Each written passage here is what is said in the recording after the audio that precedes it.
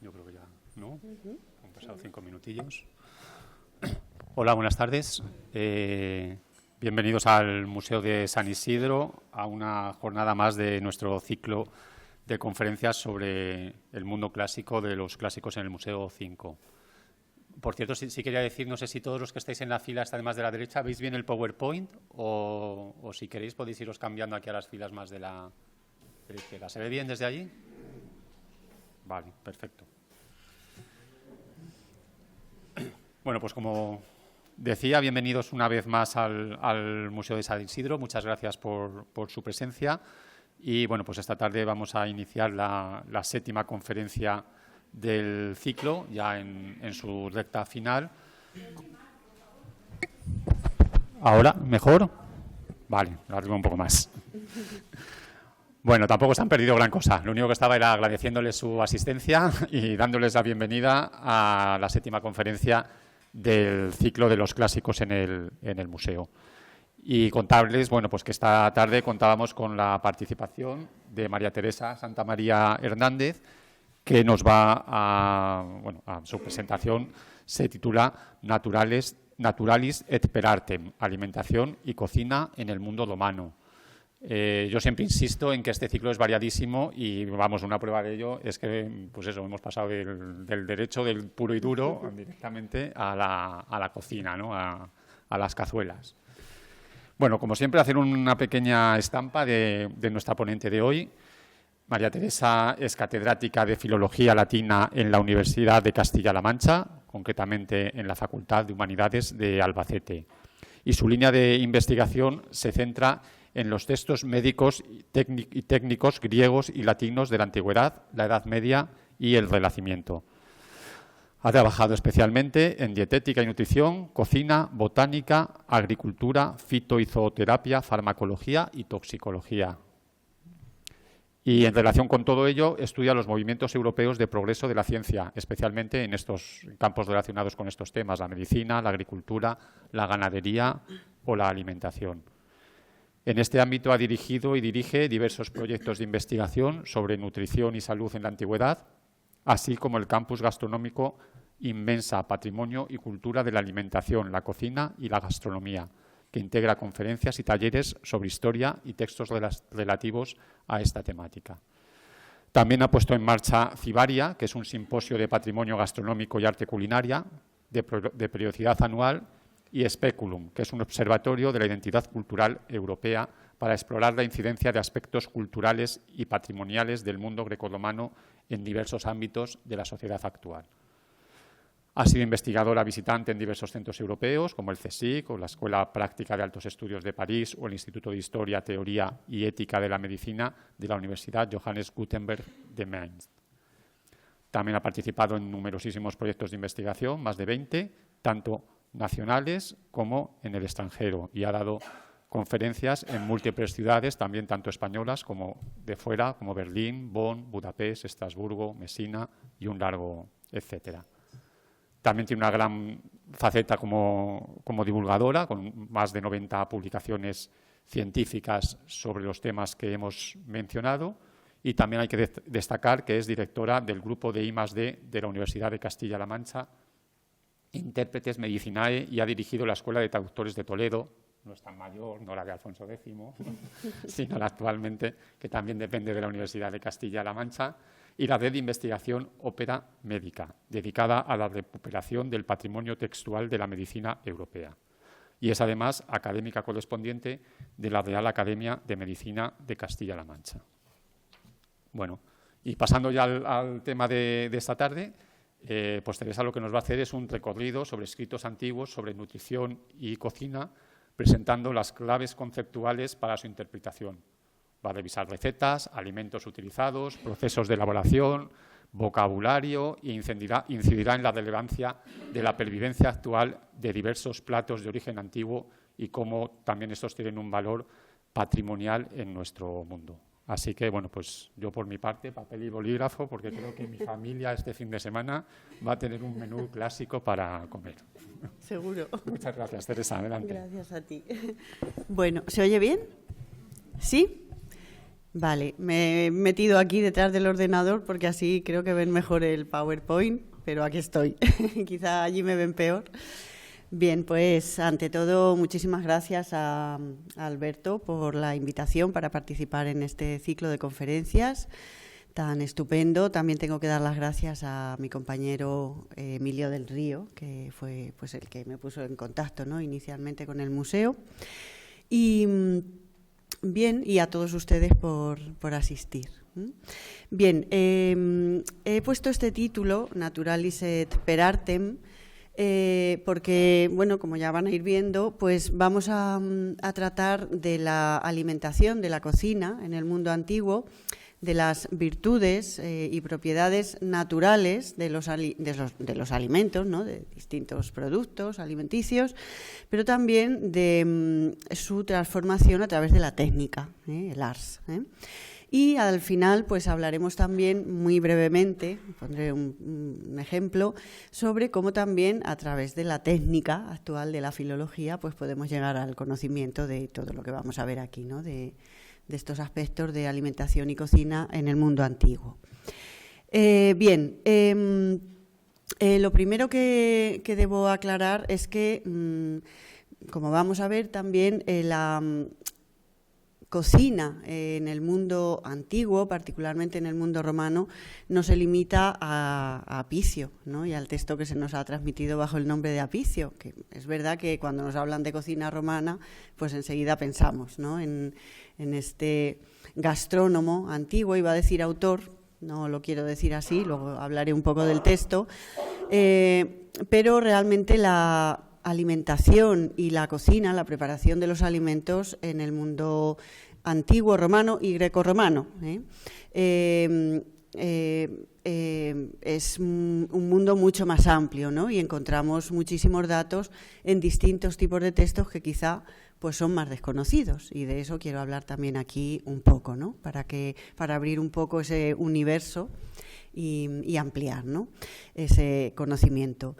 De manera que, como van a ver, pues vamos a ir estructurando esta exposición entre, primero, textos de medicina, que hablan de alimentación y cocina, propiamente texto o textos, vamos a decir textos de cocina, y como un elemento de transición los textos de agricultura, de explotación de recursos naturales, digamos así. En todos ellos podemos encontrar pues contenidos relativos a este tema. Bien, la primera cuestión que hay que aclarar, y con ello vamos a empezar, es que en el mundo antiguo grecorromano, digamos, la preparación de los alimentos y el consumo de los alimentos tal como nosotros lo percibimos de los textos, luego está esa realidad a la que no podemos llegar nunca, pero está marcado precisamente por su valor nutricional, por una perspectiva, digamos, médica y dietética. Y eso es cierto, porque se ve en muchísimos textos, como voy a intentar ejemplificar. En ese sentido, hay que entender cómo es el planteamiento de la medicina antigua, cómo está organizada, cómo está estructurada, para comprender estos textos que nos hablan sobre alimentación y sobre preparación de alimentos, preparación culinaria también. Resumiendo mucho la cuestión, que por otra parte seguro que conocerán, digamos el fundamento de la medicina grecorromana es la teoría humoral. Esta medicina basa el concepto o los conceptos de salud y enfermedad en el equilibrio, respectivamente, salud y enfermedad, en el equilibrio y el desequilibrio de los humores que constituyen el cuerpo humano y de las cualidades, por tanto, elementales que aportan esos humores, lo frío, lo cálido, lo húmedo y lo seco, ¿no? De manera que cuando entre los 4 humores clásicos hay un equilibrio corporal, en distintas proporciones, también según las edades, en fin, todo tiene su complejidad, que omito aquí, pues cuando hay un equilibrio entre los 4 humores clásicos, la bilis negra o cólera, la bilis amarilla, la sangre y la flema, pues entonces hay salud, hay un estado de salud. Pero si alguno de estos humores se desequilibra por exceso o por defecto, por distintos motivos muy variados, pues entonces se producen los estados patológicos que hay que rectificar.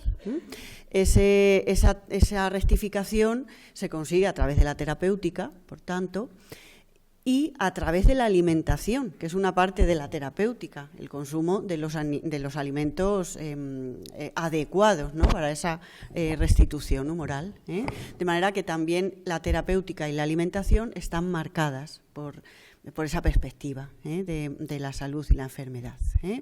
Es un poco la visión, la perspectiva y la realidad, ¿no?, por la que nos guiamos actualmente en el ámbito de la salud, de la alimentación saludable, pero orientada desde una perspectiva humoral, que es, digamos, el esquema que sirve a la medicina antigua, medieval, renacentista y posterior, porque se ha mantenido durante mucho tiempo, ¿no?, esa perspectiva. Luego ya han ido entrando pues los distintos avances de la medicina y la nutrición, ¿no?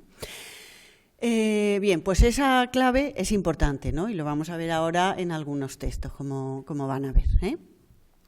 Bien, en cuanto a los textos médicos importantes de la antigüedad que tratan sobre alimentos, y tratan sobre alimentos desde una perspectiva teórica, a veces práctica, también presentan recetas, por eso son interesantes desde la perspectiva culinaria y gastronómica, porque nos dan a veces, lo vamos a ver aquí, pues también maneras de preparar los alimentos y distinto tipo de recetas, ¿no?, como vamos a ver. Entonces, los textos más relevantes, hay más, pero yo he traído aquí un poco los que son más relevantes que tratan sobre alimentación.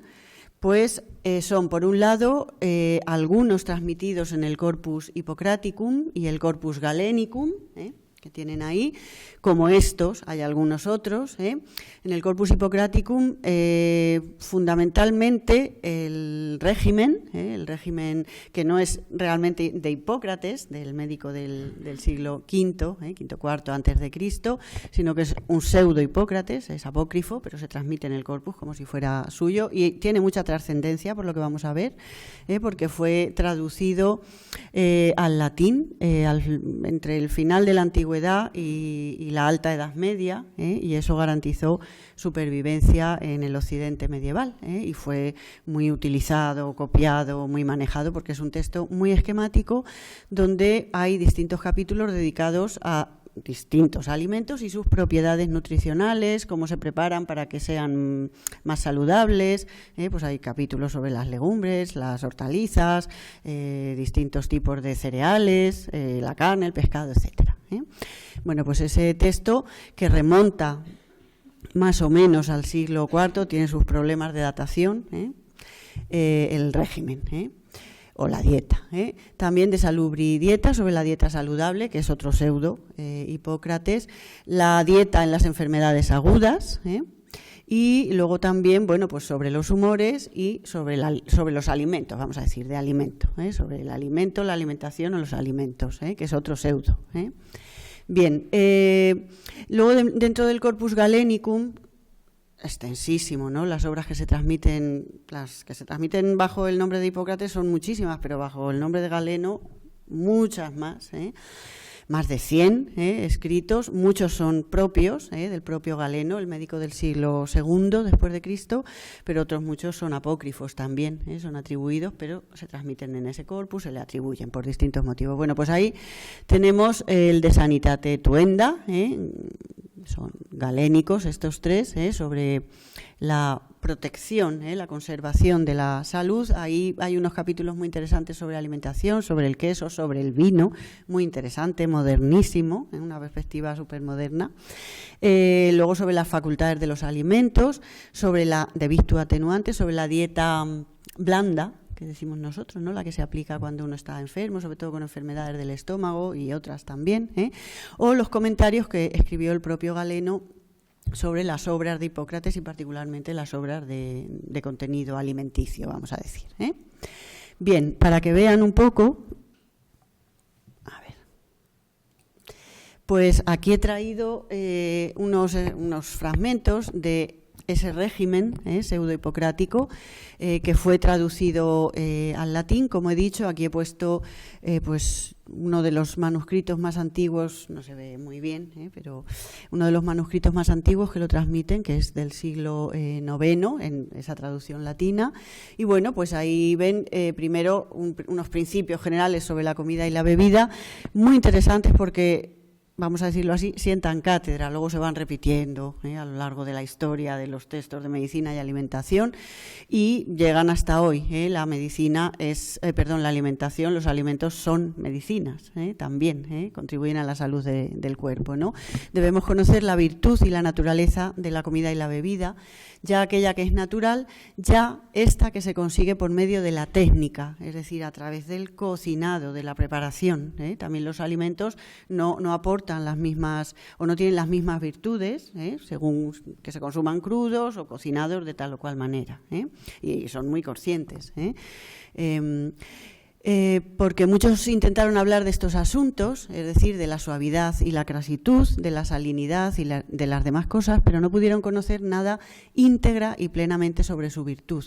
Pues ni son de la misma virtud todos los tipos de dulce que parece haber, ni de alimento graso, ni los demás tipos. Hay dulce que se digiere fácilmente, otro es astringente, otro seca. Hay otros tipos que, aunque parezcan viscosos, se digieren fácilmente, pero hay otros que no hacen ni lo uno ni lo otro, y también tipos cálidos que tienen las más variadas virtudes. Así pues, como no puedo hablar a la vez de todos los tipos, explicaré cómo son las virtudes de cada uno de ellos. Y entonces ya va poniendo los capítulos. He seleccionado estos que son muy, muy breves, los hay más extensos, obviamente, pero bueno, por razones de espacio, para que vieran el tipo de texto que es, bueno, pues la lenteja mueve el vientre y la orina. La carne de cerdo tiene unas propiedades muy buenas para el cuerpo y se digiere bien, porque tiene unas venas muy sutiles y poca sangre, pero carne abundante. La carne de liebre seca, estriñe y provoca la orina. O sea, vemos que hay una visión médica, ¿no?, de los efectos y las propiedades que tienen estos alimentos en el cuerpo, ¿no?, y los efectos que producen. Bien. En el caso de Galeno, para que vean unos ejemplos también, bueno, pues aquí he traído de Sanitate Tuenda sobre la conservación de la salud, por ejemplo, un capítulo sobre los pepinos o sobre los peces de roca. La naturaleza de los pepinos es muy fría y con mucha humedad, cualidades humorales, son fríos y húmedos. Son astringentes, por lo cual aceleran la orina y filtran hacia abajo más rápidamente que la calabaza y los melones.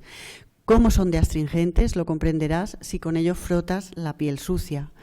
Por ello, si uno tiene erupciones en la superficie de la piel, ¿se entiende?, las limpian. Y su semilla es más potente que la carne para limpiar, tanto que vale contra las piedras en el riñón.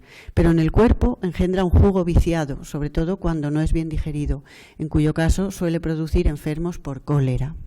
El cólera es uno de los humores, también no es el cólera de la bacteria, obviamente. Y luego sobre los peces de roca, pues el alimento que se obtiene de ellos no solo es fácil de digerir, sino también muy saludable para el cuerpo de los hombres, de modo que genera una sangre de consistencia media, llamo media a la que no es ni muy tenue, ni acuosa, ni excesivamente grasa, buena sangre. Bueno, ya ven también un poco alimentos que se consumen, que todo tipo, pues por supuesto vegetales, eso ya lo sabemos, pero todo tipo de peces, todo, igual que ahora. Bien, las obras de Galeno fueron muy utilizadas por unos médicos griegos, los llamados enciclopedistas bizantinos de los siglos IV, V, VI y VII después de Cristo, y uno de ellos es Oribasio de Pérgamo. Oribasio de Pérgamo escribió, bueno, un tochazo de 70 libros, las colecciones médicas, donde pues resume todos los aspectos relativos a la salud y a la enfermedad. Se inspira muchísimo en Galeno, toma muchos contenidos de Galeno, también de otros autores, y bueno, pues también en sus obras obviamente pues incluye observaciones de tipo nutricional. Aquí he traído un fragmento sobre las manitas de cerdo, la perspectiva que tienen, y nos habla también de la preparación. Las patas de los cerditos son una comida muy conveniente cuando se echan en cebada hirviendo. Esto es la tisana. La tisana es como una especie de puré que se hacía con agua y con cebada, muy muy machacada, ¿no? Se hacía como una especie de crema. Bueno, pues entonces le echaban las manitas de cerdo. Todas las extremidades del cuerpo tienen muy poca grasa y poca carne, mientras que los nervios y la piel predominan. Pero estos nervios y esta piel no son idénticos a los del resto del cuerpo, pues son más ejercitados en las extremidades. De esto resulta que son más viscosos que otras partes, pues todo nervio y toda piel se transforman en sustancia viscosa con la cocción. Es pues natural que aporten menos nutrientes al cuerpo, pues atraviesan más rápidamente los intestinos a causa de su viscosidad. O sea, la perspectiva que tiene Oribasio, esto está tomado de Galeno, es que como el alimento pasa rápidamente, se digiere rápidamente porque es viscoso y pasa rápidamente, llega a los intestinos y se expulsa, pues no deja mucho alimento en el cuerpo. Los pies de cerdo son mejores que el morro y este es mejor que las orejas, porque estas están compuestas solo de piel y cartílago y el cartílago es completamente indigesto para los adultos, pero también nos van diciendo que se consume. Bien. Bueno, esto sobre las carnes, también de Oribasio, no me quiero tampoco detener mucho, pero nos habla aquí de que son buenas las carnes que generan buena sangre, sobre todo de animales de buen humor, de buenos humores, como los cerdos, el cerdo buenísimo. Dice que la carne de cerdo es la más nutritiva, la de vacuno proporciona también ella misma una nutrición abundante y no escasa y no se pierde fácilmente, pero produce sangre más espesa de lo conveniente. Y si uno es por naturaleza melancólico en su temperamento, es decir, que tiene cólera negra, es el humor que genera pues un montón de enfermedades físicas y también psíquicas, será presa de alguna enfermedad de las melancólicas si se ha pasado en el consumo de estas carnes. Bueno, aquí habla sobre los puerros, las cebollas, los ajos y los puerros salvajes. Fíjense, voy a pasar rápido. Dice que atenúan los humores espesos que hay en el cuerpo. Es decir, que está ofreciendo esa perspectiva humoral que les he dicho. Cuando una persona pues tiene los humores muy espesados, eso puede generar también patologías, porque no fluyen por el cuerpo como deben fluir, y entonces si se consumen estas verduras pues se atenúan esos humores, ¿no? Y se deshacen los viscosos. No me entretengo más. Bien, estos son ejemplos de textos médicos griegos. Hay también textos médicos latinos, escritos en latín, muy interesantes, distintos, pero con una fuerte influencia y tradición de la medicina griega, como sabemos. Y bueno, quizá el más relevante, junto con Plinio, es el de Cornelio Celso. Cornelio Celso, no sabemos prácticamente nada de él, se sitúa en el siglo I después de Cristo y bueno, no fue médico, pero sí escribió una enciclopedia, pues a la manera de la enciclopedia de Plinio, pero solo conservamos de ella la parte de medicina, los 8 libros de medicina, porque se utilizaron mucho. Bueno, pues Celso, que recibe distintas influencias, tiene mucha influencia de Hipócrates, pues también habla lógicamente de la alimentación, nos habla al principio, ¿no? Cuando se va a comer nunca es útil una saciedad excesiva y es inútil la excesiva abstinencia. Si hay algún desequilibrio es más seguro beber que comer. Bueno, habla de la comida y la bebida, de conocer las propiedades de los alimentos, y como ven abajo, esa perspectiva humoral, no existen solo estas diferencias, habla de las diferencias de los alimentos, sino que también unas cosas son de buen jugo y otras de malo, de buen humor o de mal humor, a las que los griegos llaman eugilus o cacógilus. Unas son suaves, otras son acres, unas nos hacen la pituita más grasa, otras más tenue, unas son idóneas para el estómago, otras contrarias, e igualmente unas hinchan, otras no lo hacen, unas calientan, otras enfrían, unas se agrian fácilmente en el estómago, otras se corrompen dentro con dificultad, unas mueven el vientre, otras lo estriñen, unas aceleran la orina, otras la retrasan, algunas provocan el sueño, otras excitan los sentidos. Hay que conocerlas todas porque cada una conviene a un cuerpo o a un estado de salud. Bueno, la perspectiva que les he comentado. Bien, y andando y pasando un poco hacia adelante en el tiempo, pues seguimos encontrando textos de medicina. Da un salto grande, me he venido al siglo VI, podríamos hablar de otros textos intermedios, ahora comentaré textos, por ejemplo, de terapéutica, pero muy centrados en la fitoterapia, textos sobre plantas, ahora haré alguna mención, ¿no? Pero bueno, como no me daba tiempo a verlo todo, pues he llegado a la obra de Antimo, un médico del siglo VI, finales del V siglo VI, que dedicó a Teodorico, al rey de los francos, una obra de Observatione Ciborum, es decir, sobre la preceptiva nutricional, digamos así, sobre los alimentos. Entonces él nos habla, es también un libro que está organizado en capítulos, como el de Hipócrates, pues sobre los distintos tipos de vegetales, las carnes, los peces, etcétera, y nos habla de distintas alimentos y preparaciones, ¿no? Aquí he traído, los otros están sin traducir, ahora los comento, pero por ejemplo el capítulo de la carne de cerdo y particularmente sobre el tocino. Si se asa como el jamón, fluye su grasa en el fuego y el tocino se queda seco, de modo que hace daño a quien lo coma, pues no ayuda. No es bueno, no es útil para el cuerpo. También genera malos humores y provoca indigestión. O sea, el tocino asado, que lo debían comer mucho, pero él dice que no es bueno. Pero si se come tocino hervido y enfriado, ayuda mejor y templa el estómago estreñido y se digiere bien.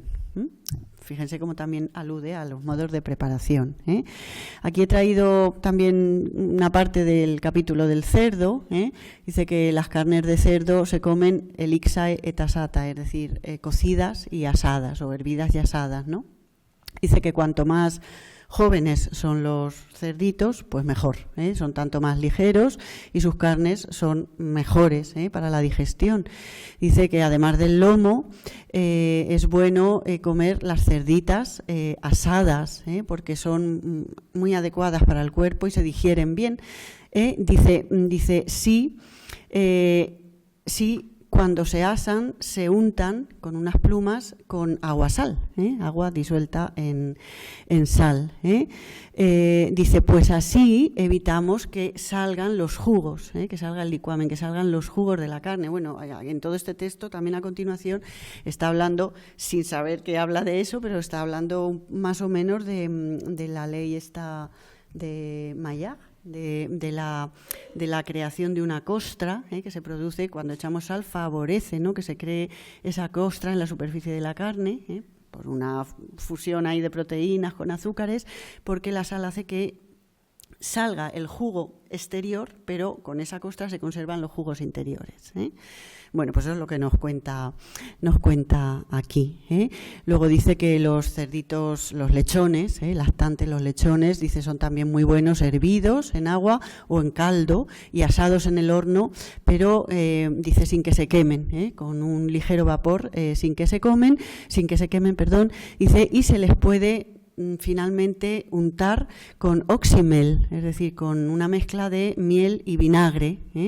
Dice hecho adoram, ahora, o sea, para el momento, en el momento, mezclando 2 partes de miel y una de vinagre, y entonces se les unta y están muy, muy buenos. Bueno, pues ven también como ahí se nos da una receta. También en el capítulo de la leche, por ejemplo, nos habla del requesón o de la leche coagulada, ¿no?, y del queso, y nos dice que la oxígala, que los latinos llaman melca, es decir, la leche que está agriada, es buena si se le echa miel. También dice que es buena porque no se coagula en el estómago, se consume ya coagulada y entonces eso pues hace que se digiera bien. Y en cambio el queso dice que no es muy bueno, dice el queso es pesado, Grabat, dice no solo para los enfermos sino también para los sanos, sobre todo para los enfermos que es del hígado, hepáticos, los que tienen enfermedades de los riñones o del bazo, dice porque se coagula en los riñones y crea piedras. Bueno, y aquí en este fragmento que paso rápidamente nos dice que si el queso se cuece o se asa o fríe, que es también muy malo, porque pierde su crasitud, su parte grasa, y entonces se queda pétreo y puede generar también piedras en el cuerpo, ¿no?, en los riñones. Bien, además de estos textos hay otros también muy interesantes de la antigüedad que entran ya también en la primera Edad Media occidental, que son los textos más de tipo práctico, ¿no? Sobre todo los textos de fitoterapia, los herbarios, que hay muchos. Aquí he traído un ejemplo clásico que es el llamado, bueno, os he puesto aquí una imagen de la edición que hay de este herbario que está colgada en internet, el llamado herbario de Pseudo-Apuleyo. No es de Apuleyo, pero se le atribuye. Es un herbario que este es uno de los manuscritos del siglo IX que lo transmiten, de Kassel. Bueno, pues está organizado en distintos capítulos dedicados a distintas plantas. Hay 130, 131 capítulos, en número variable según los manuscritos, y cada capítulo pues se dedica a una planta o hierba y tiene sus capítulos dedicados a sus propiedades contra determinadas afecciones patológicas. Y ahí hay también indicaciones nutricionales, porque claro, están las plantas aromáticas, plantas alimenticias, está la lechuga, el apio, el puerro. A ver, un momento. Aquí tenemos el ajo, la albahaca, a ver, ¿dónde estoy? El apio, por ejemplo, el orégano, bueno, pues obviamente son herbarios y tratan también sobre distintos tipos de plantas y hierbas comestibles, la lechuga, en fin. Y luego, como digo, este texto, por ejemplo, y otros parecidos, fue muy copiado en la Alta Edad Media, muy copiado. El herbario se ha transmitido en más de 100 manuscritos, o sea, eso quiere decir que se copió mucho, se leyó mucho, se utilizó en la medida de lo posible mucho, en abadías, monasterios. Y hay otro tipo de textos parecidos, ¿no?, que también presentan observaciones de tipo nutricional, pero son también ese tipo de textos prácticos, no son estos textos teóricos tan densos, ¿no?, tipo galénico, hipocrático, ¿no?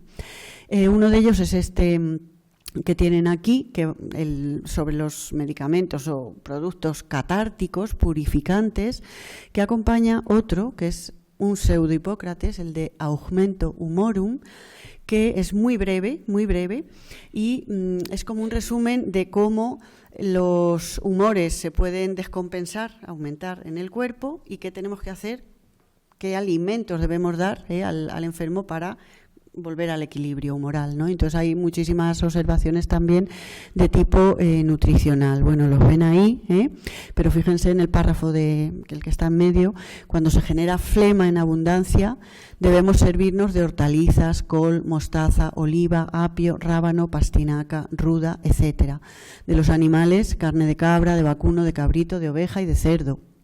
De las aves, perdices, patos, grullas con Y, y pájaros, todo en sal, con los que pueda calentarse el cuerpo.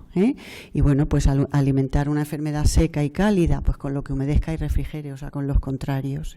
Alimentos que producen el efecto y el humor contrario, aquí lo tienen. El nabo, las lechugas, las endivias, la oveja, las malvas, los peces rugosos, que suelen ser de roca o de fondo, las gallinas domésticas, los faisanes. Bueno, pues ahí tienen un montón de alimentos, de productos de la naturaleza que se utilizan en la alimentación. Y este tipo de textos y de principios, como saben, pasan también,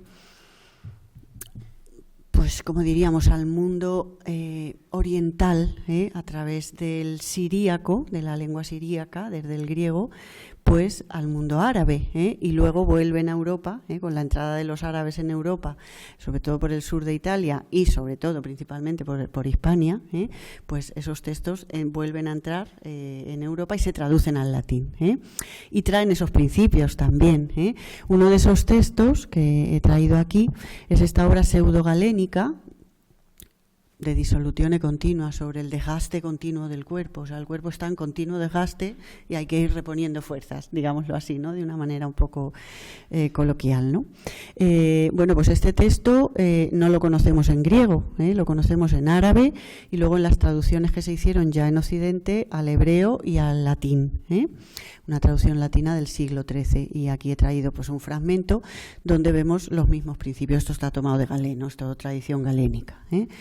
puesto que los cuerpos de los hombres están en continuo desgaste por el calor natural que hay en ellos y por el calor del aire que los rodea, fue necesario restaurar en ellos lo que se les desgastó, y por esto fueron necesarias la comida y la bebida, y les fue infundida la virtud del apetito para saber la hora de su necesidad, la cantidad que hay que tomar y el tipo que les conviene. Entonces, bueno, pues nos dice que es necesario conocer los alimentos, qué humores generan, cómo son unos, cómo son otros, grasos, sutiles. Fíjense que estamos ya en el siglo XIII, bueno, hemos pasado por el mundo árabe, pero siglos anteriores, ¿no? El siglo VIII, IX, pero se sigue manteniendo la misma perspectiva, ¿no?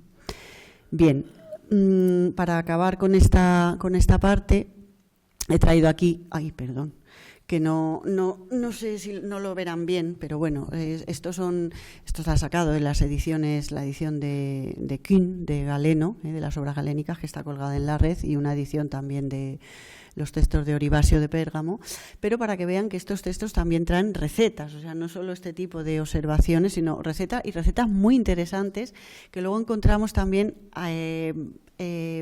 asumidas, adaptadas y rehechas por esos autores árabes que luego entran aquí en Occidente y son traducidos al latín. Y hay muchísimas y con unas posibilidades de realización. Algunas nos pueden resultar más familiares, pero hay muchas que no y son realmente muy interesantes desde una perspectiva gastronómica, ¿no?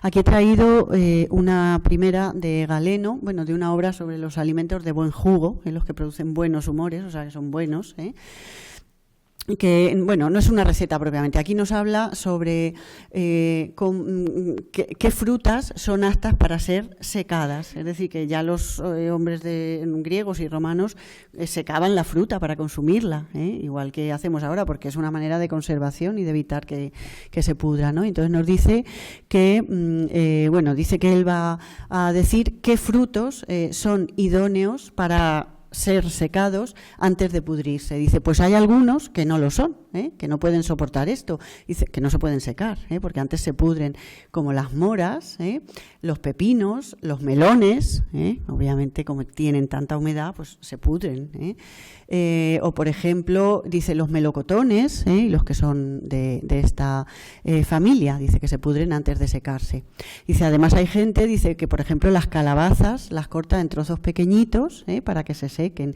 Dice, y también las cidras, no son exactamente los limones, son las cidras, un cítrico, pero que también se seca. Y luego la receta que sí que he traído, la tienen al lado, es una receta que está sacada de una serie de recetas y medicamentos contra distintas enfermedades, y en este caso contra la disentería y la enfermedad celíaca. Y esa misma la tenemos también adaptada por Oribasio, que la coge de Galeno. Y esta es como una mermelada, además buenísima tiene que estar, es para la disentería, ¿no? Y nos dice que lleva granadas enteras, malum quitonium, que no son los melocotones en este caso, son los membrillos, aunque luego nosotros llamamos melocotón con este nombre, pero en el mundo antiguo grecorromano malaquitonia son los membrillos, melocotones son los mala pérsica, bueno, pues membrillos, rosa, ciruelas, sorbales, que son esa especie de peras, perucas o medio manzanas así pequeñitas, peras, manzanas, zumaque, el rosiriacum, zumaque, mosto muy dulce, dice que se cuece todo hasta que tenga un espesor de miel, de manera que se reduzca en dos partes y entonces se guarda en un recipiente y se le da al enfermo, dice, 2 o 3 cucharadas. Es una mermelada o compota. Bien, como he dicho, ese tipo de mermeladas entran en ese mundo árabe, son asumidas por los autores que escriben, a veces traducen las obras de la medicina griega, a veces las traducen al árabe, a veces se habían traducido al siríaco previamente, o a veces crean esos autores árabes pues obras de propia creación, pero integrando todo ese conocimiento griego y también este conocimiento nutricional. Entonces, cuando son traducidas al latín en Occidente, pues nos encontramos esos contenidos también. He traído un ejemplo de un médico, Mesué el Viejo, o Juan Mesué entre los siglos 8-9, después de Cristo, que trabajó en Bagdad. Era un nestoriano, un cristiano nestoriano, bueno, como muchos de estos que tradujeron las obras al árabe, que eran cristianos nestorianos, ¿no? Pero vivían pues en contacto con la cultura árabe ya. Y bueno, pues él compuso, entre otras obras, unos aforismos médicos, unos principios de la medicina y unas recetas que luego fueron traducidos en Occidente, ¿no? Y en esta obra de Juan Mesue nos encontramos pues recetas como estas. Una receta yo creo que en este caso ya estamos hablando de melocotones, melocotones en almíbar. He puesto ahí unas fotos donde se nos dice que los melocotones preparados en almíbar son buenos, es una obra médica, pero dice son buenos para el flúor albi, para la diarrea, el flujo del vientre, y para el vómito.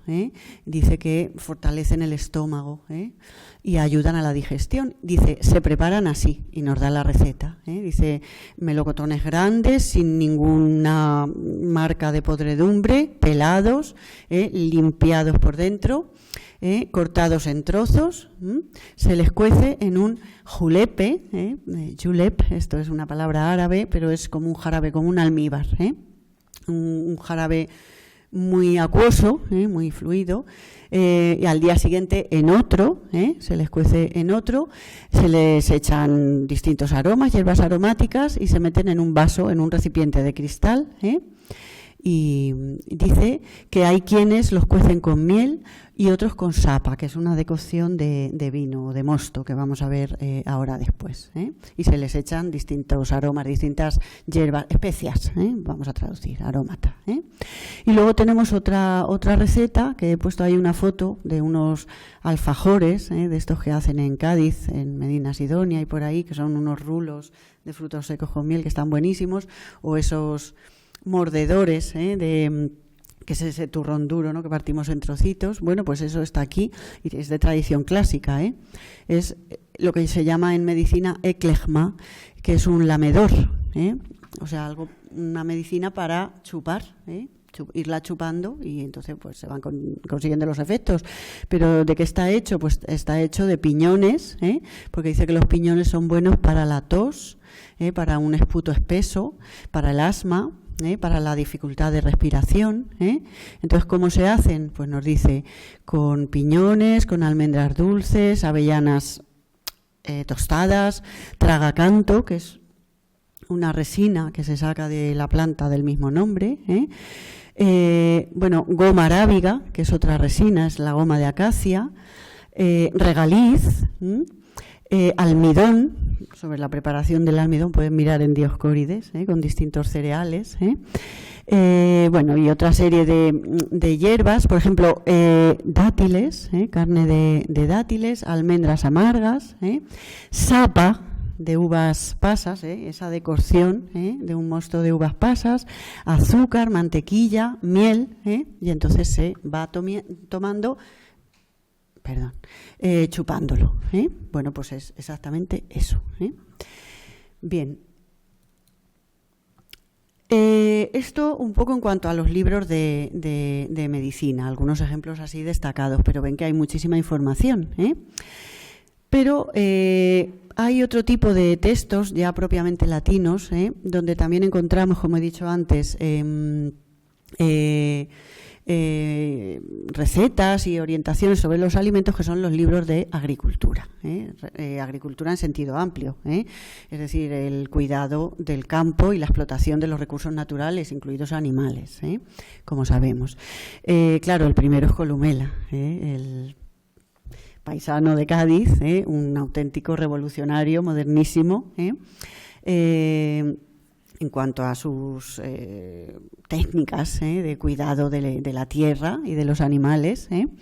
Y, claro, pues como saben, en sus libros de Res Rústica, pues él va presentando cómo hay que organizar una finca, vamos a decir una finca, una granja, cómo hay que organizarla para poder sacar pues todo el fruto posible y cómo tiene que ser el trabajo también, el trabajo del dueño de la finca, por supuesto, de la granjera y de los esclavos, cada uno tiene que hacer su labor y cómo tiene que estar repartido ese trabajo y cómo se tienen que guardar los alimentos. Entonces vemos que ahí nos dice, por ejemplo, la parte fructuaria se divide, ya nos dice un poco qué alimentos se preparan: bodega de aceite, molino y lagar, bodega de vino, arrope, un lugar para el arrope, los eniles, los pajares, las despensas, los graneros, y luego, bueno, pues dice que los líquidos, como el aceite, el vino, hay que guardarlos en piezas bajas, que estén bajos.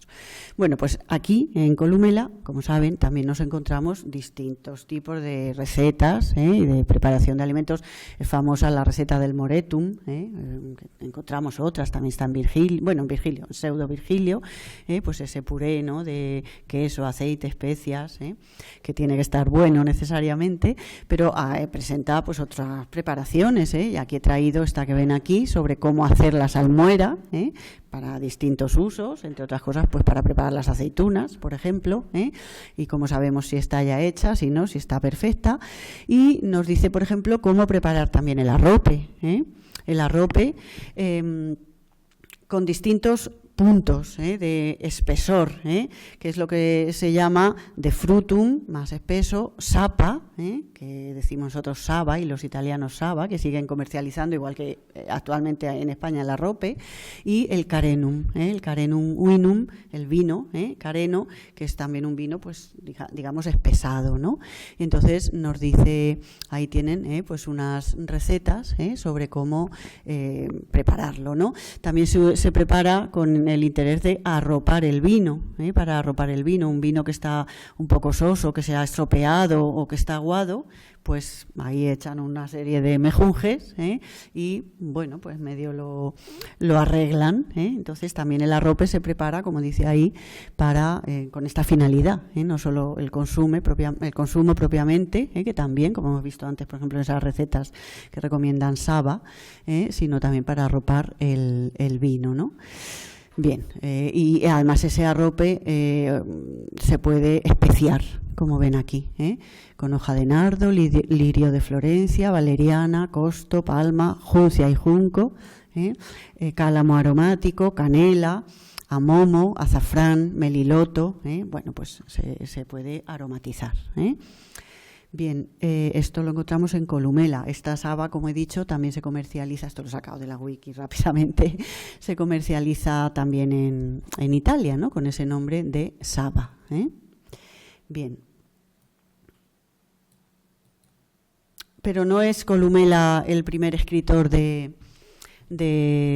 agricultura que ofrece recetas, las encontramos ya en Catón, el Viejo, nuestro querido Catón, siglo III-II antes de Cristo, bueno,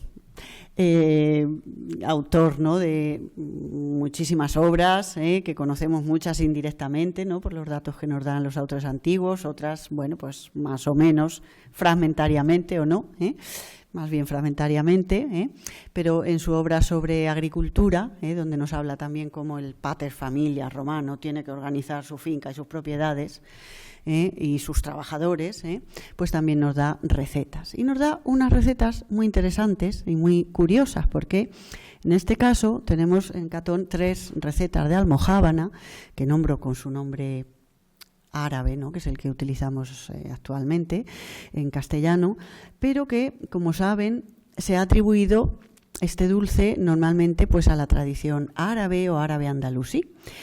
Es cierto, ¿no?, que en el mundo andalusí, que ocupa una buena parte de Hispania, se prepara la almojábana igual que otros muchos alimentos, pero también es cierto que muchos de esos alimentos son de tradición romana.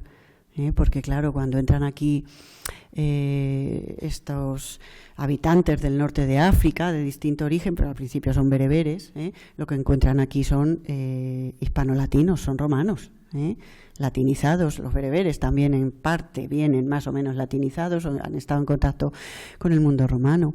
Y entonces, bueno, pues digamos que asimilan también una cocina previa de tradición hispano-romana, vamos a decir aquí, así que hay aquí. Y estas almojábanas son de tradición romana.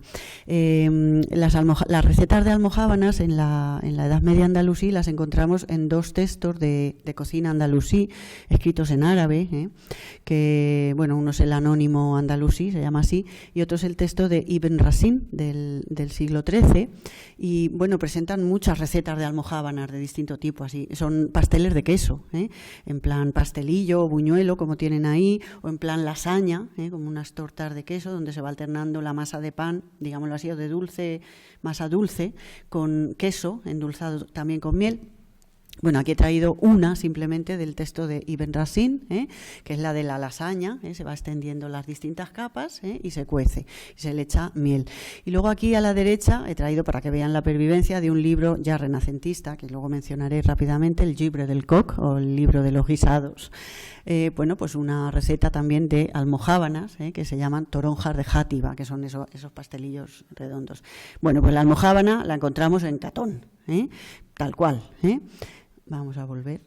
Aquí en Catón nos encontramos dos pastelillos. Uno es un libum, que es un pan endulzado que se utiliza para sacrificios, como una ofrenda, una cosa muy vinculada a la tierra y a los dioses de la tierra.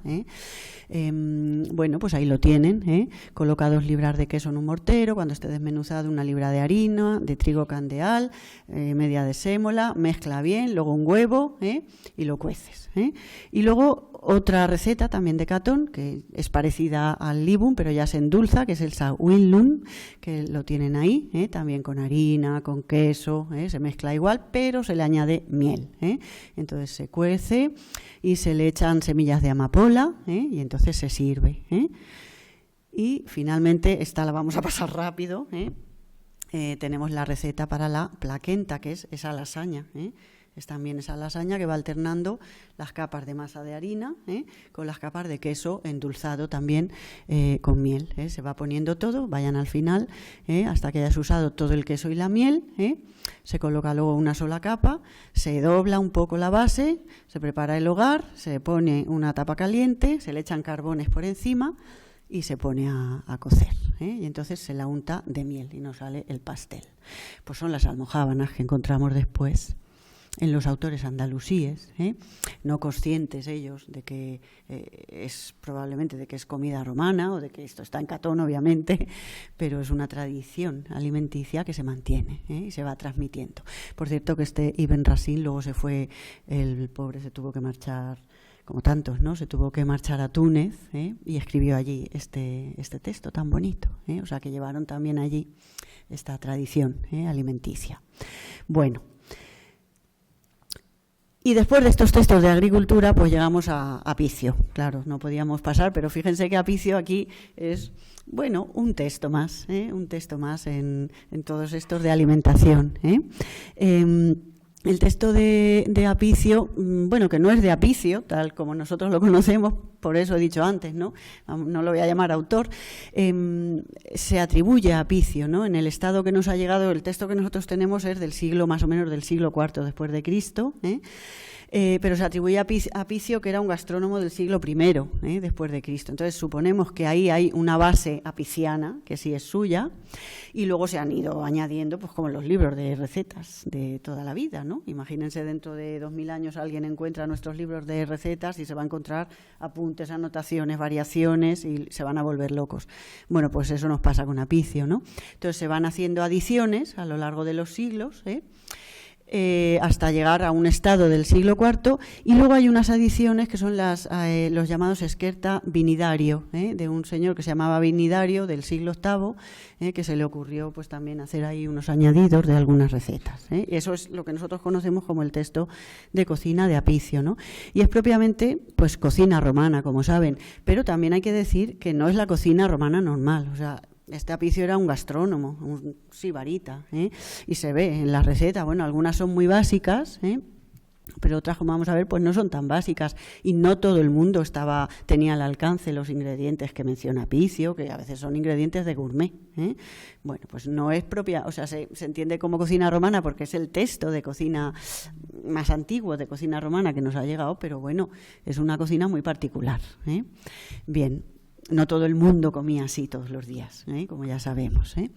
Bueno, pues he traído algunos ejemplos, ¿eh? He traído el moretum, que podemos llamar almodrote, en este caso pues una variante, con hierbas, como ven ahí, menta ruda, coriandro o cilantro, como quieran, hinojo, ligústico, que es el perejil silvestre, o apio silvestre o montano, pimienta, miel, garum, y si es necesario, vinagre. Una receta de salchichas, buenísimas, también especiadas. Bueno, estos son los libros de Apicio que están dedicados, como ven ahí, pues a distintos alimentos, ¿no? Las hierbas, los vegetales, las legumbres, las aves, los mariscos, las carnes, las aves, otros cuadrúpedos, las carnes de cuadrúpedo, ¿no? Que no están en la parte de las carnes. Bien. Aquí tienen, por ejemplo, un plato traduce ahí, esto lo he ido sacando de distintas traducciones que no voy a comentar, pero bueno, pues un plato de hígados y asaduras, de liebre, también muy bueno, con hierbas aromáticas. Por ejemplo, aquí solo he traído el título para que vean el tipo de productos, ¿no? Pues callos, hocicos, pies y manos, con pimienta, garum y, bueno, traduce aquí esta traductora Benjuí. Yo creo que el láser no es el benjuí, es otro tipo de resina, pero da igual, creo que se refiere a un tipo de resina procedente de una planta que está extinguida. Se extinguió ya en el mundo antiguo y los romanos lo sabían, que se había extinguido. Es una planta del norte de África, el silphium. Bueno, y luego aquí tienen otra, pues también con hígado, hígado de cerdo con pimienta a la parrilla, buenísimo. Pero luego tiene pues otras ya diferentes, Fíjense, tiene tradición griega, por supuesto, porque también hubo libros. Lo que pasa es que los libros de cocina de los griegos no los hemos conservado, pero tenemos noticias, Bueno, pues tenemos la llamada salsa hipotrima, que es muy triturada, pues esta consta de pimienta, ligústico, menta, piñones, uva, pasa, dátil, queso sin sal, miel, vinagre, garum, aceite, vino de frutum o careno, esas reducciones. Y luego este plato, que esto es el todo vale, y esto no sé, pero miren qué receta. Plato de pescado salado y queso. He puesto ahí esa foto de un pescado con queso, pero vamos, no llegamos a eso. Dice, cocer en aceite y deshuesarlos, unos sesos cocidos, carne de pescado, higaditos de pollo, huevos duros, queso fresco, puesto en agua caliente y calentar todo. Picar pimienta, ligústico, orégano, perejil, cilantro, comino, baya de ruda, macerar con vino, vino con miel y aceite. Ponerlo en una marmita, cocerlo a fuego lento, envolver con huevos crudos, adornar, espolvorear comino molido y servir. Este es un todo vale, ¿no? Un de todo, ¿no? Bien, esto en cuanto a Picio. Y dirán ustedes, ¿y por qué no tenemos más libros de cocina, ¿no? Del mundo antiguo, si tenemos tantos textos de medicina, tanto del mundo griego como del romano, que cogen mucho de los griegos o de otras disciplinas? Bueno, tenemos algunos textos, por ejemplo, de agricultura, de otras disciplinas.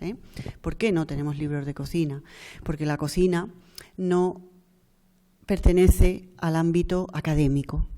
Es una disciplina o una labor, una tarea, una actividad de ámbito doméstico. Y entonces, pues no fue merecedora, digámoslo así, de ser recogida en grandes obras de la literatura. Probablemente pues hubo textos más o menos caseros que se han perdido en el curso de la transmisión, pero no son las grandes obras, ¿no? De las grandes disciplinas técnicas. Estamos hablando de literatura técnica, como la medicina, por ejemplo, que se enseñaban. Entonces hacía falta pues manuales para enseñarla y para que los alumnos pues la aprendieran. En el caso, es algo de lo que se queja Columela, por ejemplo, se queja o lo dice, al principio de su obra con respecto a la agricultura, pero en el caso de la cocina pues es muy, muy evidente. no tenemos esos textos porque pertenecen a un ámbito de la casa, doméstico, y entonces no se considera una disciplina académica, y entonces no se registra por escrito en obras, digamos, de cierto nivel. El texto de Apicio es muy problemático en cuanto a la transmisión y a la expresión. De manera que vamos avanzando en el tiempo una vez que termina la antigüedad y vemos que es verdad, curiosamente, en la Alta Edad Media y bueno, pues al principio de la Baja Edad Media tampoco hay libros de cocina. No hay libros de cocina que recojan esa tradición o que la hayan transformado. No, fuera de lo que les he dicho de textos de perdón, de textos de medicina con recetas y tal, pero no hay propiamente libros de cocina hasta que llegamos a, bueno, pues por lo menos según nos dicen los textos manuscritos, bueno, pues el siglo XIII y principios del siglo XIV. Y aquí nos encontramos ya un texto de cocina, o dos textos que se han transmitido juntos, el llamado Liber de Cocuina, libro de cocina, y Tractatus de Civis, tratado de las comidas o de los alimentos, de las comidas preparadas, que están escritos en latín. Luego, a partir de ahora, sí que habrá un montón de textos en lenguas vernáculas, en catalán, en variantes, vamos a decirlo así, del italiano, en francés, pero en latín no. En latín tenemos estos, y fíjense que tarde los encontramos, o sea que toda la Edad Media no tenemos nada, ni siquiera tenemos recetarios de abadías, de monasterios, no tenemos nada. Tenemos que llegar a este momento y encontrar estos recetarios que van a abrir, digamos, un melón, una vía ya de recetarios bajo medievales y de la primera modernidad, digamos así, pero que recogen mucha tradición antigua y son también en buena parte romanos. Este está escrito en latín, que es un caso único, porque priman los de lenguas vernáculas, porque los cocineros no sabían latín, y recogen esa tradición, pero le van añadiendo pues elementos según los lugares, pues de gastronomía árabe, de gastronomía germánica, francesa, y ya encontramos esa mezcla, ¿no? Pero son también de una gran tradición romana, Y, bueno, pues estos dos textos que les traigo aquí, son dos textos preciosos, están los manuscritos y los textos transcritos colgados en la red, por si alguien los quiere consultar. Estos dos libros se han transmitido en 3 manuscritos, 2 de París y uno del Vaticano, de la Vaticana. Las fechas las tienen ahí, el más antiguo es uno de París, de principios del siglo XIV, y son 2 recetarios que se han vinculado a la corte de Federico II, el rey de Sicilia del siglo XIII, cultísimo, que además estaba en contacto con la tradición árabe que había también en Sicilia, escribía poesía, era un fenómeno, los comulgó el Papa porque era un excéntrico, pero era cultísimo, y estos recetarios se han vinculado también a esta corte. Bueno, pues aquí, fíjense qué recetas, no me extiendo más, son complejos, tienen trabajos publicados, si alguien tiene interés, pues yo luego le puedo decir, pero tienen recetas interesantísimas, y ya nos acercan la romanidad al mundo actual, y a nosotros hispanos, además, una romanidad que nos suena mucho. Fíjense estas recetas, por ejemplo, he puesto ahí las imágenes, la primera son garbanzos con huevos fritos y tocino. Los huevos fritos, que pone por aquí, ova perdita, huevos perdidos, desparramados, los huevos fritos, dice, con los garbanzos salados, con pimienta, con azafrán y un poquito de tocino, lardellos, unos filetitos de tocino, buenísimo.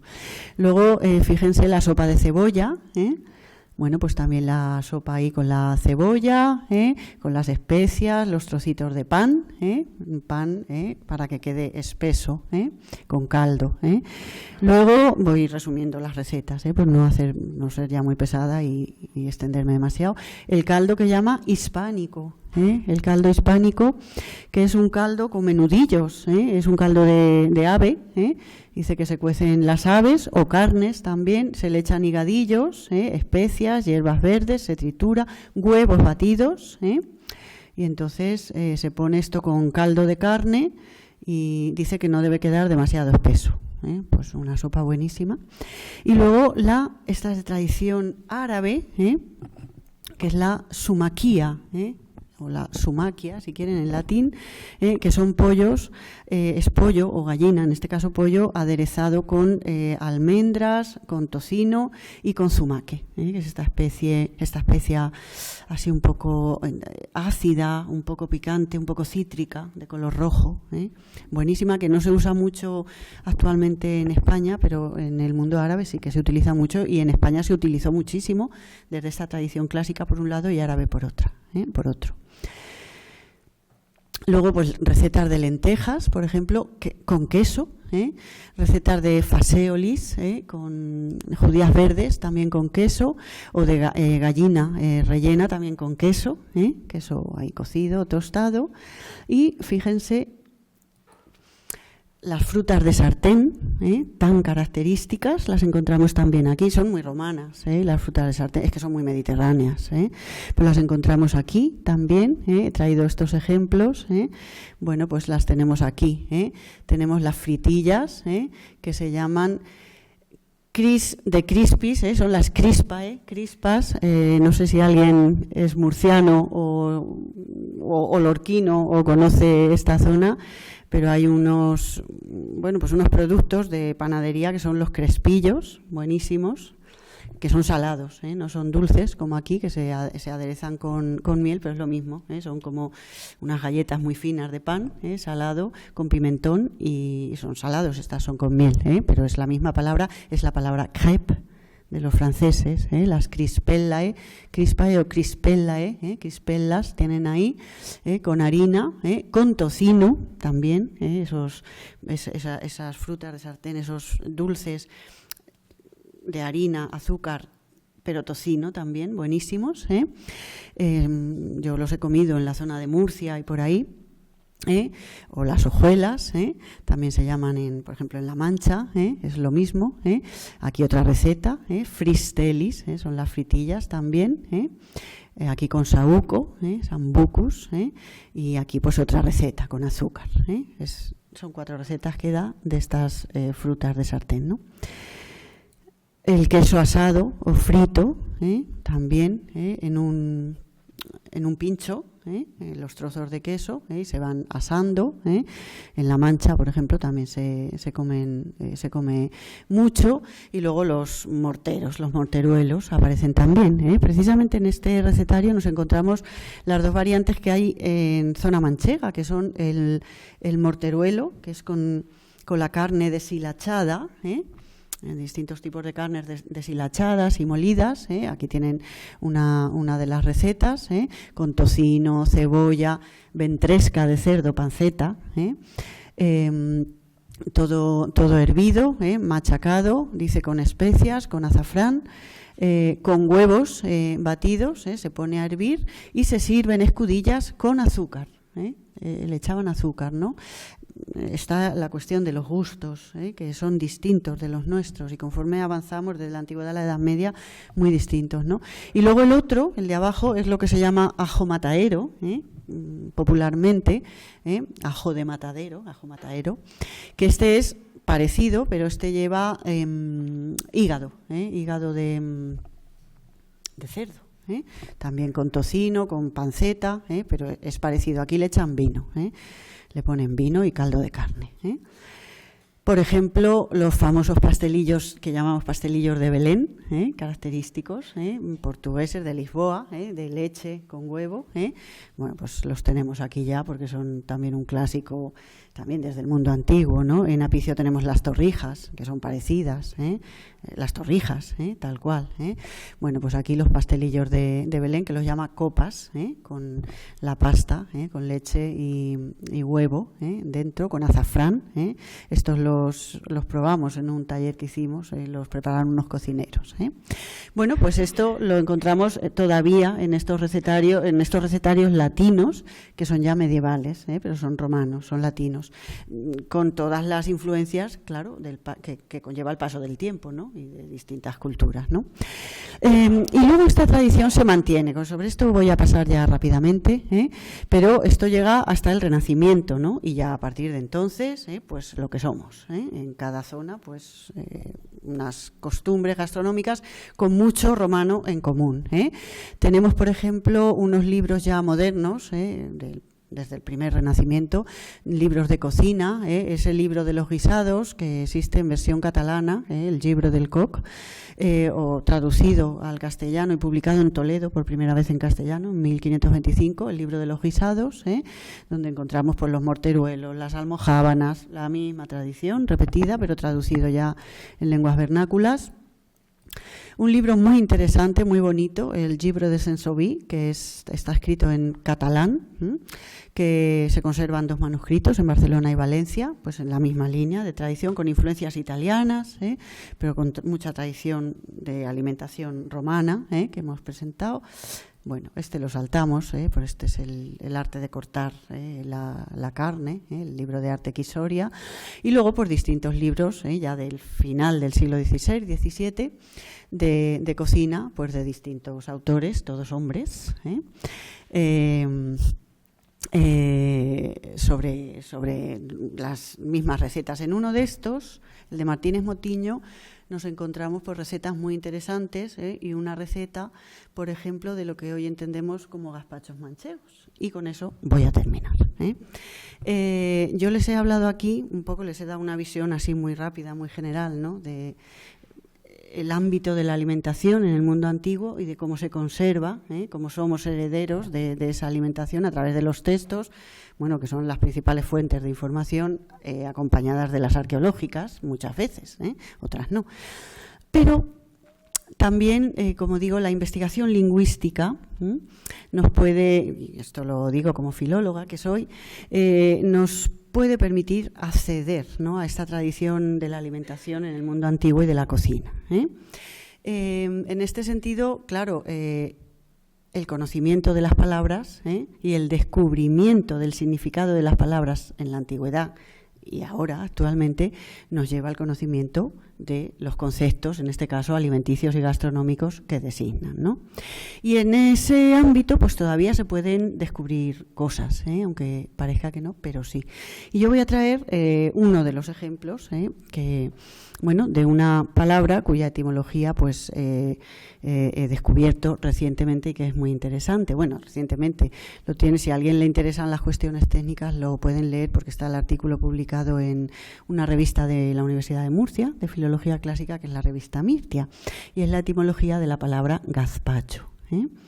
Y hay otras que podríamos comentar también muy interesantes, pero como no nos va a dar tiempo, pues hablo de esta rápidamente y terminamos. Y es muy interesante, ¿no?, ver a qué conclusiones llegamos. Fíjense, la palabra gazpacho, voy a resumir, no me voy a meter en cuestiones muy técnicas. La palabra gazpacho se ha interpretado a lo largo de la historia, sobre todo desde la Edad Moderna, de distintas maneras. No se ha sabido muy bien cuál era su sentido etimológico, de dónde podía proceder, ¿no?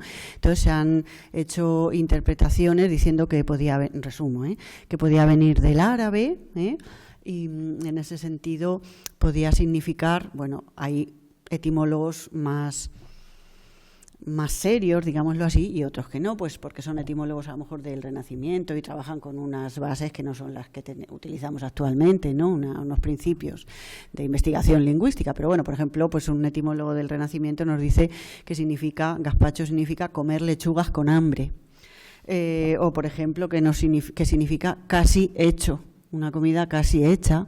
Luego ya etimólogos contemporáneos importantes, pues por ejemplo nos han dicho que podía venir del griego a través del árabe, de una palabra griega, gatsofilakion, que significa cepillo de la iglesia, o sea, donde se recogen las limosnas, por la variedad de ingredientes que se le puede echar al gazpacho. O por ejemplo que puede venir de una palabra caspicias, relacionado con caspa, porque está hecho de trocitos pequeñitos. Bueno, cualquiera que maneje los principios de la creación lingüística, pues ve enseguida que eso no puede ser. Y en este caso, bueno, pues el conocimiento de textos técnicos y particularmente de un texto de medicina y otros dos que voy a mencionar, pues me llevó a descubrir la etimología de la palabra gazpacho, que es una comida romana. Bien, que tiene más de 2000 años, la palabra y la comida. Bien, ¿qué significa gazpacho? Gazpacho viene de ese adjetivo que tienen ahí, cacabaceus.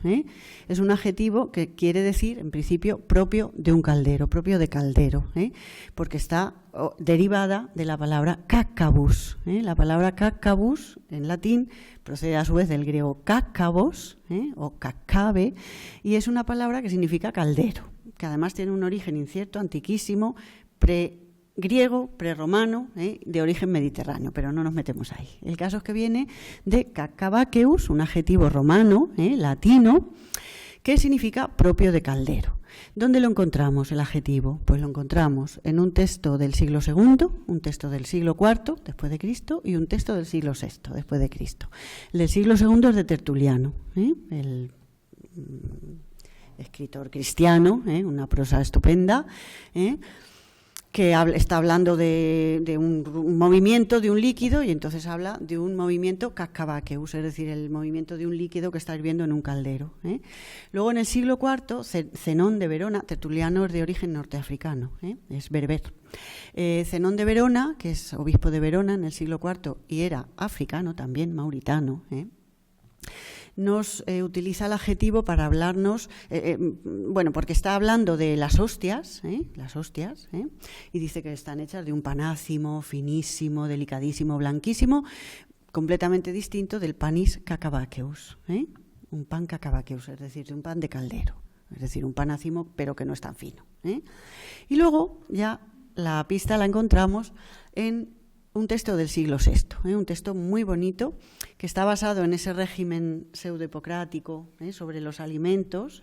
Está estructurado igual, es un texto escrito en latín, como en el siglo VI después de Cristo, y en el capítulo que dedica al trigo, que en realidad es un capítulo sobre el pan, pues nos dice que hay distintos tipos de pan según sus propiedades nutricionales, según cómo se elaboran, por ejemplo, el pan kinericius, que se hace en las cenizas, el pan focaceus, la focaccia de los italianos, que se hace en el focum, en el hogar, y dice al final, y el pan cacaceus, es un tipo de pan. Bien, ¿qué significa gazpacho? Gazpacho es la torta de pan ácimo, que se cuece en un líquido caliente en un caldero. Ese gazpacho es el que se hace en La Mancha, el gazpacho o los gazpachos manchegos, que es lo que yo les he traído aquí.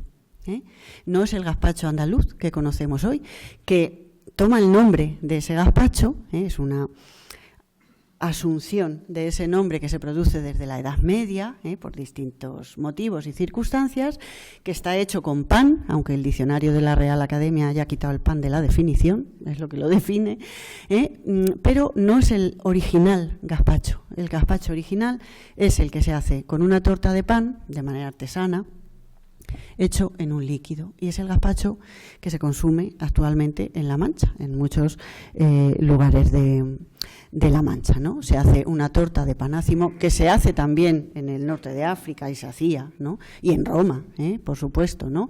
Tostada normalmente en las cenizas, a veces en excrementos. Es un tipo de preparación de pan que utilizan las personas que están aisladas en contextos rurales, pastores, por ejemplo, viajeros, legionarios. Tenemos noticias en distintos tipos de textos de que a los legionarios se les dan el pan bucelatum, que son unas tortitas pero pequeñas, de pan ácimo, precisamente porque se conserva bien, porque no se estropea con la humedad, no se enmohece. Y entonces es el tipo de pan que utilizan estas personas y lo preparan con agua y progresivamente con distintos tipos de ingredientes, con hierbas aromáticas, cuando hay bonanza, pues con distintos tipos de carnes de caza, y con el tiempo, cuando entran las hortalizas americanas, ya bien entrada la edad moderna, pues también con tomate, con pimiento, y de ahí viene la variante fría, que es el gazpacho andaluz, que es actualmente el que da pues gloria, ¿no?, al gazpacho de nuestro país y al nombre.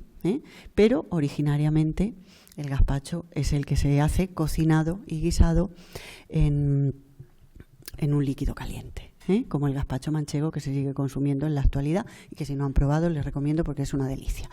Bueno, pues este plato también es romano, es un plato antiquísimo, es un plato de museo, es una pieza es una joya gastronómica, además se mantiene con mucha pureza en la elaboración, es un plato de pastores.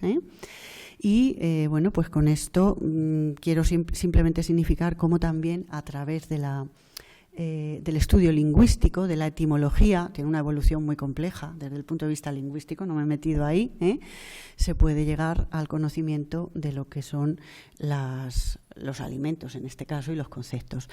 Otro trabajo muy interesante, por ejemplo, casi me gustó más que este, fue el del ajo. El ajo, todos los ajos, ajo mortero, ajo arriero, ajo blanco, ajo pollo, ese ajo que siempre se ha interpretado como una salsa que se llama así porque está hecha de ajos, pues tiene otra etimología, tiene que ver con un verbo ajar, que significa majar en un mortero.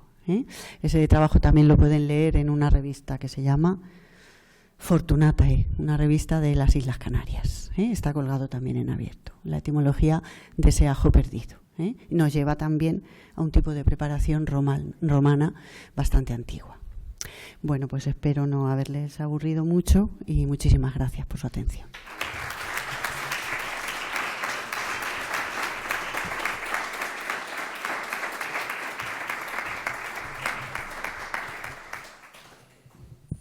Bueno, muchas gracias, Teresa. Yo creo que no nos has aburrido nada. Lo único que, bueno, hemos quedado con el estómago un poco despierto. Mientras no se ha revuelto. No. Los humores yo creo que los tenemos equilibrados. Bueno, pues como siempre, abrimos ahora un turno de participación por si queremos hacerle preguntarle alguna cuestión o hacer algún comentario sobre lo que nos ha contado Teresa. Pues abrimos ya el turno de participación. A ver, ¿tenemos por ahí alguien? Sí. Bueno, muchas gracias. Interesante. Y además en lo personal, porque yo hago un ajo tomate, pero he sustituido el ajo por puerro, porque tengo una hermana que es intolerante. Ajá. Y entonces me dice, ¿qué clase De ajo es este? Que no lleva ajo? Sí. Es un ajo tomate. Qué bueno. Sí. Sí. ¿Y alguna pregunta querías hacer? O... No, sí.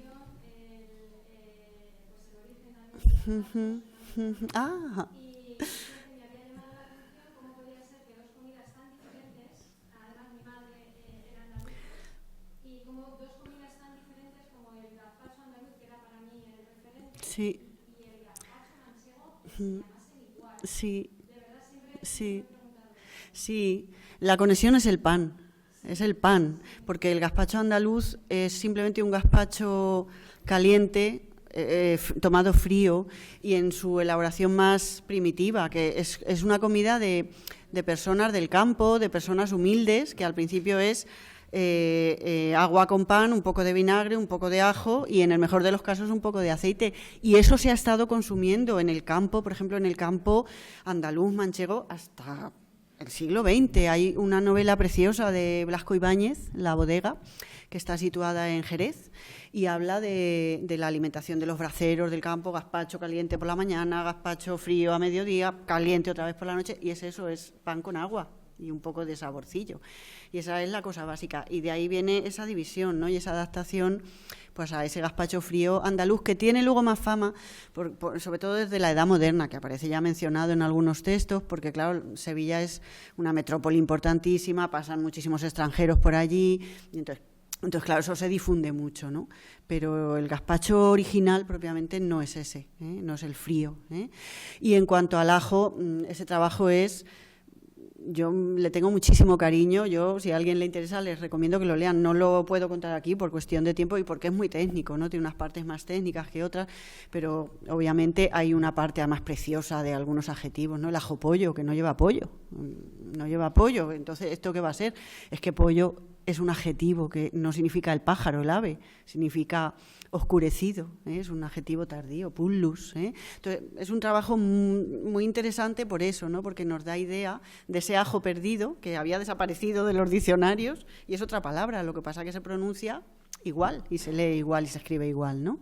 Y realmente no tiene por qué llevar ajo la composición. Hay algunos ajos que no llevan ajo, hay ajo pollo que no lleva pollo, y luego le podemos echar. Desde luego, cuando se ha malinterpretado, ya desde la Edad Moderna, se le ha echado ajo a todos los ajos porque se interpreta que tienen que llevar ajo.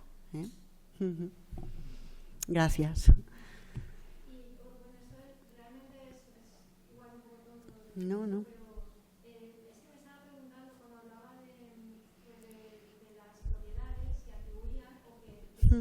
Esos alimentos tienen ciertas propiedades, si realmente es así.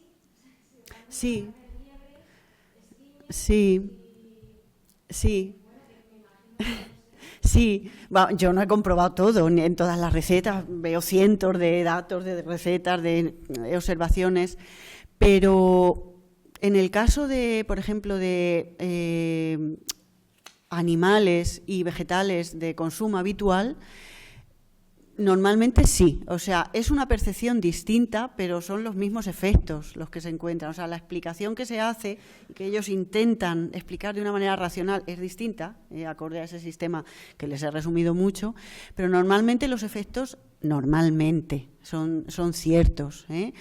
Esa cuestión, por ejemplo, de que las manitas de cerdo no alimentan mucho, pues obviamente no, porque no está la alimentación en el tiempo que tenemos un alimento en el cuerpo, ¿no? Pero en muchísimos casos sí. Las observaciones que se hacen sobre los alimentos o sobre las plantas son correctísimas y, de hecho, en el caso de las plantas, por ejemplo, se siguen utilizando en la actualidad, por supuesto en la alimentación, también en la medicina, en farmacia, y hay algunas observaciones que ya proceden del mundo antiguo, ¿no? Que se conocen pues sus virtudes desde nutricionales o terapéuticas, de tal o cual tipo, ¿no? Pues vomitivos, sedantes, en fin, se siguen utilizando. O sea, que hay mucho de realidad, porque esto se basa todo en la observación y en los efectos. Y luego ya se intenta explicar cómo va eso por el cuerpo, con muchas carencias en el mundo antiguo, que no tenemos tantas hoy, aunque tenemos muchas todavía. Pero, claro, tenemos unos avances ahí en lo que es el análisis de productos, de sustancias que no tenían ellos, ¿no? Entonces se basa todo en la observación, pero muchas de las observaciones son reales y son buenas. Hay un texto de un texto medieval, de una escuela médica, donde, una historia creada sobre la figura de Galeno, de un médico, que nos dice, pues Galeno dice que a los enfermos, por ejemplo, cuando quieren comer, enfermos de estos latosos que quieren comer cosas que no pueden, yo quiero un chuletón, yo qué tal, dice que hay que engañarlos, y pone un ejemplo que se le da una gallina fileteada, porque saben que la carne de ave es mucho más ligera que un chuletón de buey, Entonces dice que tienes que engañarle haciéndole creer que el ala de pollo que tú has partido tal es carne de buey o de ternera o de lo que sea. Pero claro que sí. O sea, son muy racionales en muchos aspectos.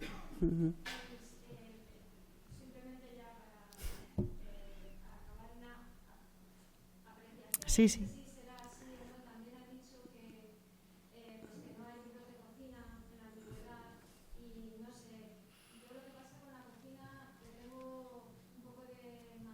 Sí. Porque lo asocio también como a un ámbito que se nos ha impuesto a las mujeres siempre, y entonces está tradicionalmente reducido al ámbito doméstico y concretamente a labores femeninas. Sí. Entonces entiendo que eso se pasaba, por supuesto, no era ámbito académico, No. y se pasaba pues de madre a hija. Sí.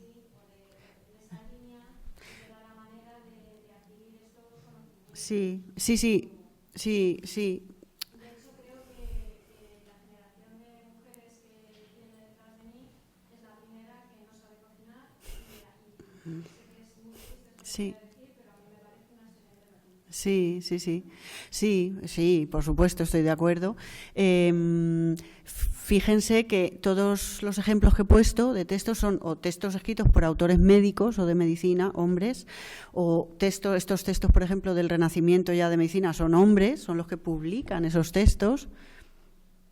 Son cocineros probablemente vinculados a ámbitos de la corte o de familias nobles y tal.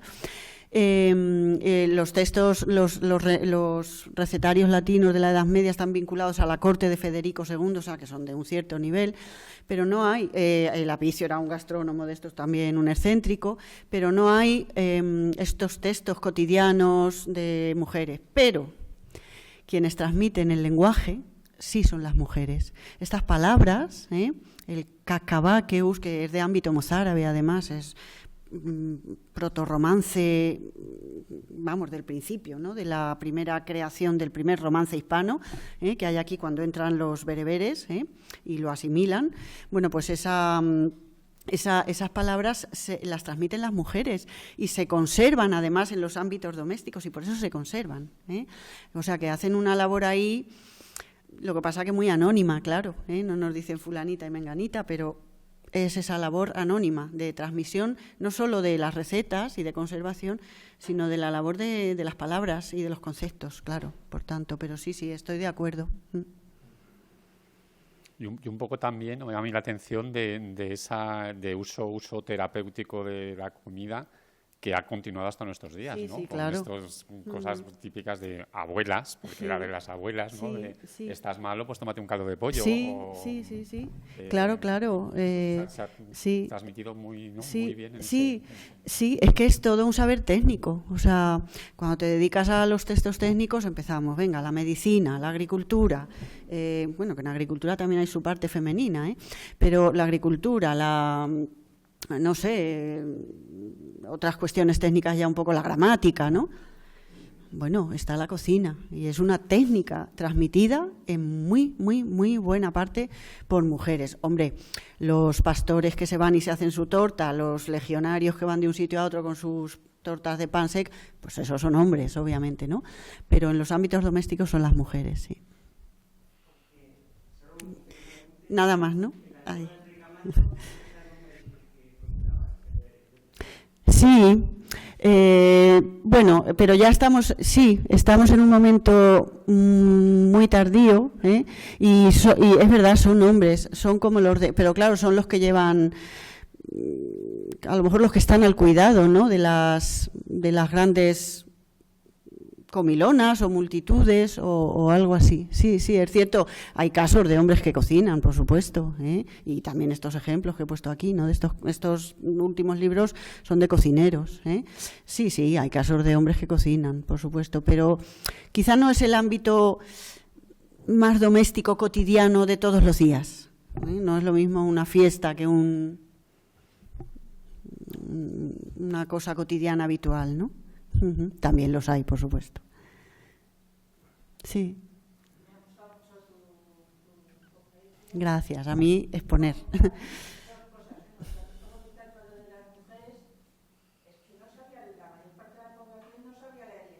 No. Sí. Especialmente las mujeres. Que hasta el siglo XX yo he conocido mujeres que iban al bar y decían, sacan el sello de poner la fuera.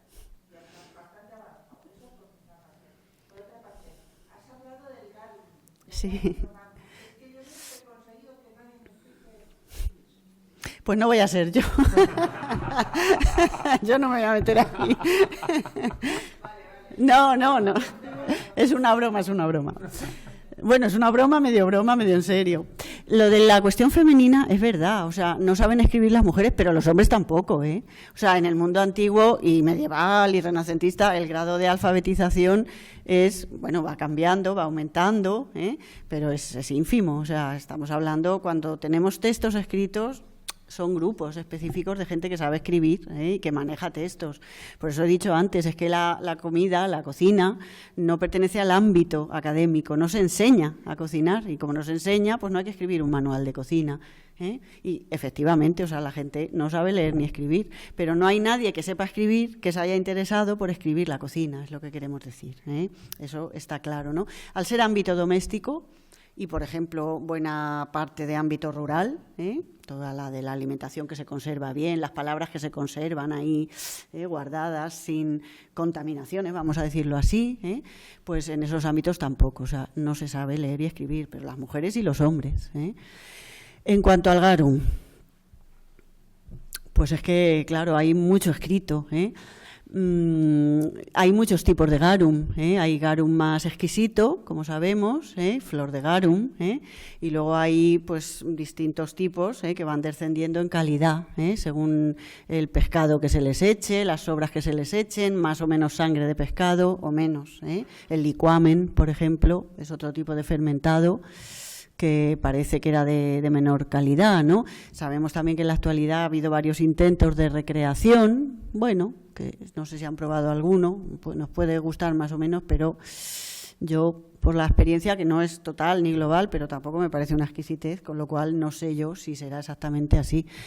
Garum así exquisito, pues el de la zona de Cádiz y Cartagena. El garum, por ejemplo, el de las caballas de Cartagena o los atunes de Cádiz, exquisito, ¿no?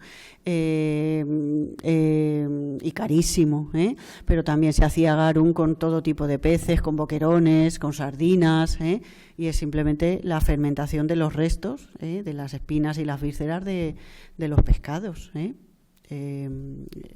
Ahora, el punto de exquisitez, que quizá tenga que ver con la sangre y la potencia del sabor. La sangre de una caballa, por ejemplo, es muy potente. Pues ahí no le puedo decir nada. Hay mucho escrito y muchos experimentos hechos, pero yo tampoco creo saber lo que es realmente el garum. Se han encontrado restos en ánforas, pero claro, restos orgánicos ya muy, muy desnaturalizados, digámoslo así, ¿no? Porque hay experimentos, hay un experimento, un proyecto, ha habido un proyecto en la Universidad de Cádiz donde se ha hecho garum con los compañeros investigadores de química y ahí haciendo todo con mucha pureza, se ha comercializado como otros fermentados, ¿no? Se ha comparado mucho, por ejemplo, con la salsa de soja que se hace en países orientales, y algunos otros fermentados. Pero teóricamente es eso, es un fermentado de restos y de vísceras de peces, pescado azul, entonces de sabor potente.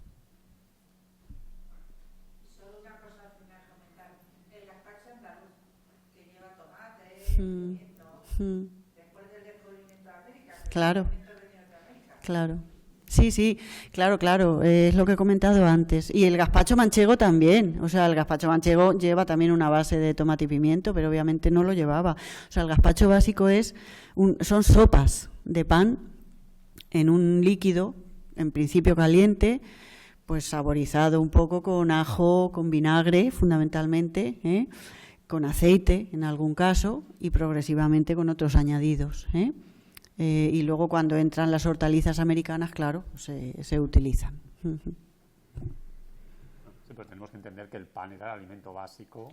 Claro, sí, además un panácimo probablemente en estos casos, un panácimo, aunque luego ya se le eche otra cosa, pero originalmente es el panácimo que es el que se conserva y el que se consume en el mundo antiguo romano muchas veces, en zonas rurales, porque se guarda bien y no se estropea.